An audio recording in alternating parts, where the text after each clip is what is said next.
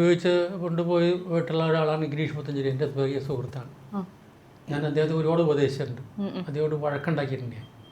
കാരണം അതിന് ഈ റിയൽ കേരള സ്റ്റോറി വരുന്നതിന് മുമ്പാണ്. അന്നത്തെ കാലത്ത് പുള്ളി ഇത് ഉപയോഗിച്ച് കഴിയുമ്പോൾ പുള്ളിക്ക് വേറെ സ്വഭാവവും. അപ്പോൾ ഞാനോട്ട് വഴക്കാവും. അപ്പം ഞാൻ വഴക്കിട്ട് പോവും. പിന്നെ പിറ്റേ ദിവസം വന്ന് പുള്ളി എൻ്റെ അടുത്ത് കോംപ്രമൈസ് ആവും. പിന്നെ ഒന്നിച്ച് വർക്കി അങ്ങനെയൊക്കെ ഇരുന്ന് പോയിക്കൊണ്ടിരുന്നത്. കുറേ കാലം കഴിഞ്ഞപ്പോഴത്തേക്കും ഞാൻ ഓർത്ത് ഇതിങ്ങനെ വെറുതെ ഒരു പടത്തിൻ്റെ വർക്ക് ചെയ്യാൻ പോയിട്ട് പിന്നെ ഓരോരുത്തരോട് വഴക്കുണ്ടാക്കിയേണ്ട കാര്യമില്ല. അതുകൊണ്ട് ആളെ ഒന്ന് മാറ്റാമെന്ന രീതി ഞാൻ പലരും പറയും. ഗിരീഷിനാണെങ്കിൽ ഞാൻ എന്നെ ഒഴിവാക്കിയേക്കിട്ടെന്ന് പറയും. ഗിരീഷ് പുത്തഞ്ചേരി അത് ഭായില് ഡയലോഗായിട്ടുള്ള ആളാണ്. എന്നെ ഒഴിവാക്കിയേക്കെന്ന് പറഞ്ഞു. എനിക്ക് വഴക്കുണ്ടാക്കാൻ കഴിയില്ല ആരോടും. അതിൻ്റെ വലിയ രമേശൻ നായരെ പ്രിഫർ ചെയ്യുമെങ്കിൽ ഞാൻ വർക്ക് ചെയ്യണം.